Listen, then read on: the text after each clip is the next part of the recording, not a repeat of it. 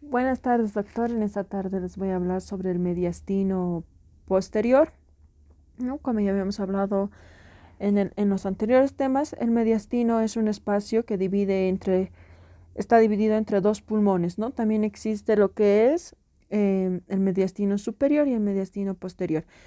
Vamos a hablar un poco sobre el mediastino superior. El mediastino superior se encuentra situada por encima del corazón, que a su vez también presenta límites, ¿no? Un límite superior, un límite inferior, límite lateral, un límite anterior, un límite pleural y un límite posterior. Eh, el límite superior es, es la abertura torácica superior. Eh, Inferiormente está limitado por un plano entre el ángulo del esternón y el disco intervertebral de la torácica 4 y la torácica 5, ¿no? El el límite lateral. El límite lateral es la porción mediastínica de la pleura. El límite anterior está lo que es limitada por el esternón y los cartílagos costales. El límite pleural también está lo que es frente a la pared torácica anterior del tórax.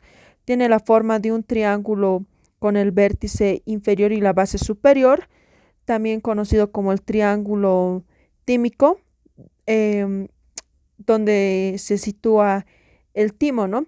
Este triángulo tímico es más conocido como, es el término que usa Pro, ¿no? El límite posterior.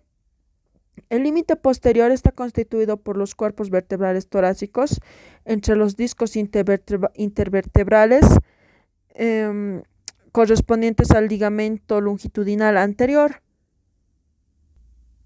En el mediastino superior también podemos encontrar los grandes vasos como la arteria aorta y la arteria pulmonar, el timo, la tráquea, el esófago, el conducto torácico, los troncos simpáticos, los nervios vagos y los nervios frénicos, que más adelante vamos a ir hablando cada uno de estos órganos. Eh, Muchas también de estas estructuras siguen su trayecto hasta llegar al mediastino posterior, ¿no? El mediastino posterior. El mediastino posterior eh, está comprendido es un espacio que está comprendido entre la cara posterior del pericardio y la columna vertebral de los cuerpos vertebrales torácicos y los arcos costales. También forman los canales costovertebrales, ¿no? El mediastino posterior eh, comparte los límites superiores, inferior y laterales con el mediastino anterior y con el mediastino medio. También en su contenido puede haber lo que es la, la, la aorta torácica, el esófago, las venas ácigos y las hemiácigos, los plexos esofágicos, también puede estar lo que es el vaso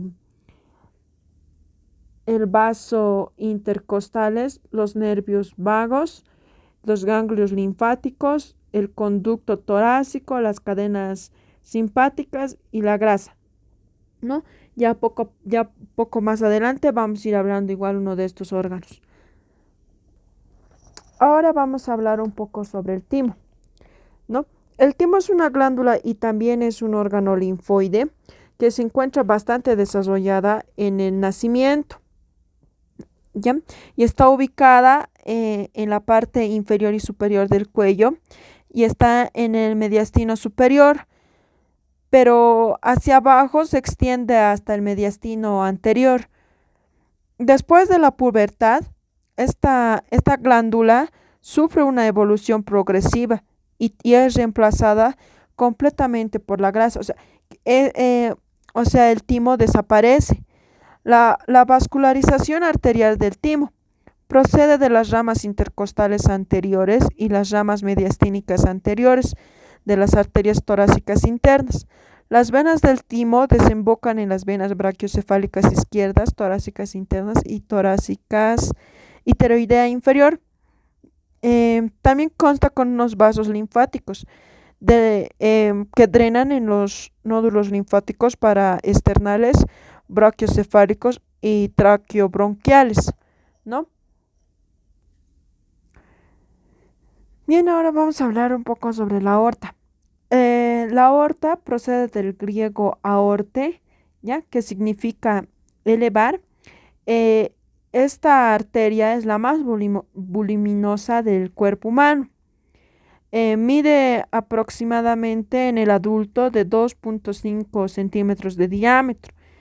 Esta arteria da origen a todas las arterias del sistema circulatorio, en excepción de las arterias pulmonares. También esta arteria presenta un trayecto, ¿no? Que es la aorta ascendente, el callado aórtico y la aorta descendente torácica. Vamos a ir hablando un poquito de cada una de estas, un trayecto como la aorta descendente, el callado aórtico y la aorta descendente torácica, que ya vamos a ir hablando más adelante un poco sobre sobre estos trayectos. La aorta ascendente. Esta emerge desde la porción superior del ventrículo izquierdo a la derecha y detrás del tronco pulmonar, ¿no? Esta aorta se dirige oblicua adelante, arriba y a la derecha. Luego es francamente vertical para dirigirse a lo que es a la arqueada y horizontal hacia la izquierda y atrás adosada en la cara izquierda de la tráquea y el esófago para alcanzar a la columna vertebral a la altura de la torácica 4. También esta aorta atraviesa el diafragma y es descendiente y desciende lo que es al abdomen delante de la columna lumbar, ¿no? Em, el callado aórtico, o también llamado arco de la aorta, ¿no? Desde el extremo superior de la aorta ascendente, esta porción cambia de dirección hacia la izquierda y, y hacia posterior hasta la cara lateral izquierda de de la vértebra torácica 4, pasando sobre la raíz del pulmón. Em, esta porción es corta, comprende esencialmente en el segmento, ya que origina tres grandes y únicas ramas del arco aórtico, que son de derecha a izquierda, como por ejemplo el tronco brachiocefálico derecho, la carótida común izquierda, la arteria subclavia izquierda. Eh, la aórtica torácica descendente. Esta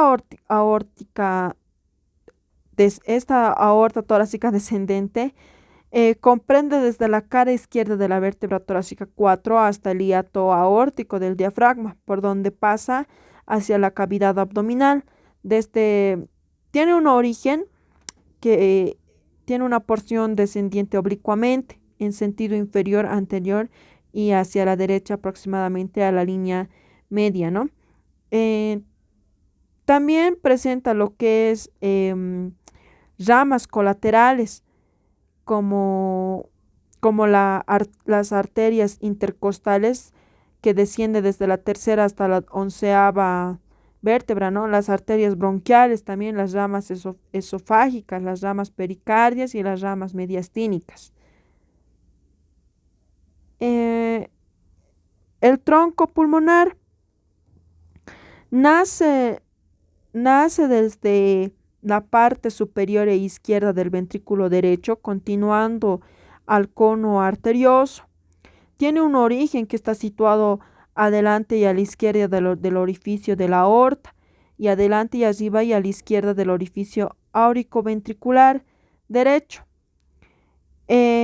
Regularmente es circular, también tiene un diámetro en los varones de 2,8 milímetros y en las mujeres de 26 milímetros. ¿no? Mm, las venas de gran circulación, eh, estas venas son grandes eh,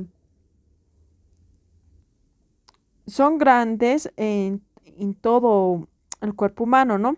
Ya que hace que la sangre retorne al corazón a través de dos venas, la vena cava superior y la vena cava inferior. La vena cava superior es la vena que transporta de retorno desde la cabeza al cuello y los miembros superiores. La vena cava inferior lleva la sangre de retorno al corazón desde la parte del cuerpo situada por debajo del diafragma, como por ejemplo el abdomen, la pelvis y todos los miembros inferiores. La vena cava superior tiene un calibre de 20 a 22 milímetros. También esta vena pasa delante de la raíz pulmonar derecha, penetra en el pericardio y termina en la aurícula derecha por un orificio eh, a valvular, ¿no?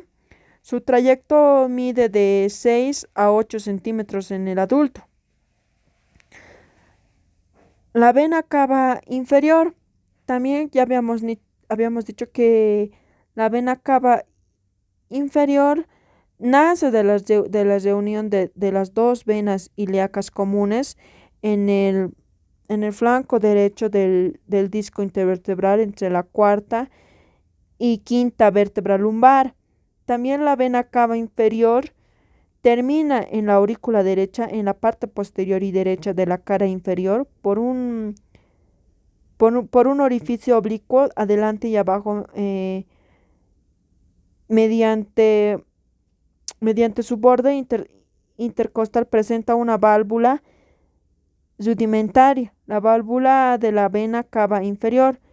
Em, también recibe sangre visceral, atraviesa previamente el hígado y, y lleva lo que es a la vena cava por las venas hepáticas. Sistema de las venas ácidas. Este sistema, o también conocido como sistema venoso de los ácigos o sistema venoso torácico, recoge sangre de la pared torácica, de la cara anterior de la pared abdominal y del esófago. También drena en la vena cava superior. Constituye una circulación colateral entre la vena cava superior e inferior. También este sistema está compuesto por tres venas: las venas ácigos, hemiácigos y hemiácigos accesorias. Las venas, las venas ácigos o venas ácigos mayores, también dicho, se forma por la unión de dos raíces: la raíz lateral formada por la unión de las venas subcostales derechas y lumbar ascendente derecha, y una raíz medial inconstante proveniente de la vena cava inferior o de la vena renal derecha. También está situada por delante y a la derecha de la columna vertebral torácica, a la altura de la torácica 3 y de la torácica 4. Esta vena cambia de dirección y se dirige hacia anterior, pasando craneal y al bronquio principal derecho para desembocar en la vena cava superior. Podríamos decir que prácticamente en la cara posterior, ¿no? A la altura del ángulo esternal. Eh, Tiene unos afluentes que son 9: las últimas venas intercostales derechas, la vena torácica interna derecha y las venas semiácigos y ácigos accesorios. La vena ácigos también recibe también las venas mediastínicas, las esofágicas y las bronquiales. Las venas hemiácigos, o también llamado ácigos inferiores o menores, está formada por la unión de las venas subcostales izquierda y lumbar ascendente, que forma una raíz lateral, su raíz media, que proviene de la vena renal izquierda. También estas venas pueden formar el tronco renohemiásicos, que proviene de la vena renal izquierda, que está enriquecida por una vena lumbar y a veces por las venas suprarrenal. La vena La vena asciende por el lado izquierdo de la columna vertebral lateral a la aorta y el conducto torácico, que está por delante del tronco simpático y de las arterias intercostales posteriores. También tiene estas venas, desemboca por la altura de la octava vértebra torácica y se inclina a la derecha, que cruza la línea media y desemboca en las venas ásicos, ¿no? También tiene afluentes, que son 5, como las 5 últimas venas intercostales, las venas subcostales izquierdas y las venas vertebrales. Las venas hemiácigos accesorias. Estas venas forman la unión de las venas intercostales izquierdas, desde la primera hasta la séptima u octava, a nivel del octavo espacio intercostal, cruza por delante de la octava vértebra dorsal, drenando en los ásicos mayores. A veces también estas venas están reducidas a a la reunión de las venas intercostales posteriores quinta, sexta y séptima. Las 4 primeras forman un tronco independiente, ya que es la vena intercostal superior izquierda. Estas venas desembocan en la vena brachiocefálica izquierda. Em, el conducto torácico. Este conducto asciende entre la aorta torácica descendente y las venas ásicos anteriores y a la izquierda de la columna vertebral. Superiormente a la aorta sigue la cara posteromedial de la arteria subclavia izquierda hasta el ángulo yúgulo subclavio, donde desemboca a través de unas válvulas bicúspides. Em, este conducto torácico mide aproximadamente entre 38 a 45 centímetros de longitud en adultos, ¿no? También esta porción eh, se denomina callado o arco del conducto torácico.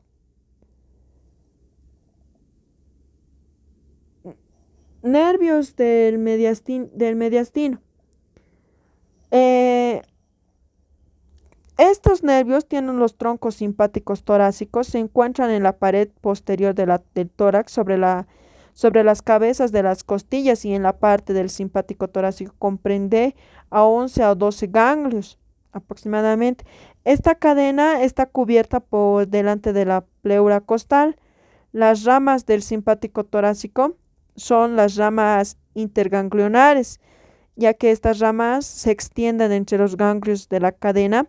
También está otros como es la rama comunicantes, que se unen los ganglios y con los nervios raquídeos. Por último están las ramas cardíacos torácicos.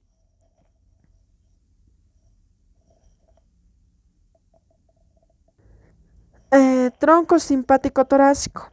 Este tronco está dividido en lo que es en dos nervios, el nervio esplánico mayor y el nervio esplánico menor. El nervio esplánico mayor eh, se origina de los ganglios torácicos paravertebrales de la quinta a la novena, pero no inerva vísceras torácicas, sino abdominales a través de los grandes ganglios viscerales, como el plexo aórtico abdominal. El nervio esplánico menor lleva las fibras preganglionares de los ganglios 9 y 10 destinados al plexo aórtico abdominal. Todos ellos terminan en el plexo celíaco. Los nervios vagos. Estos nervios vagos atraviesan la región cervical y la región torácica y llegan a la cavidad abdominal. También a su vez estos nervios están divididos en dos, lo que es el vago derecho y el vago izquierdo. El vago derecho cruza la cara posterior del bronquio derecho y las venas pulmonares derechas para llegar al borde derecho y la cara posterior del esófago, ¿no? En el vago izquierdo sigue la cara posterior de la carótida primitiva izquierda, cruza la cara externa del callado aórtico y la cara posterior del pedículo pulmonar izquierdo. Y para también luego cruzar el intersticio entre el pericardio por delante y la parte inicial de la aorta descendente para colocarse en la cara anterior del esófago. Em, el esófago. Eh, el esófago es un conducto cilíndrico que también el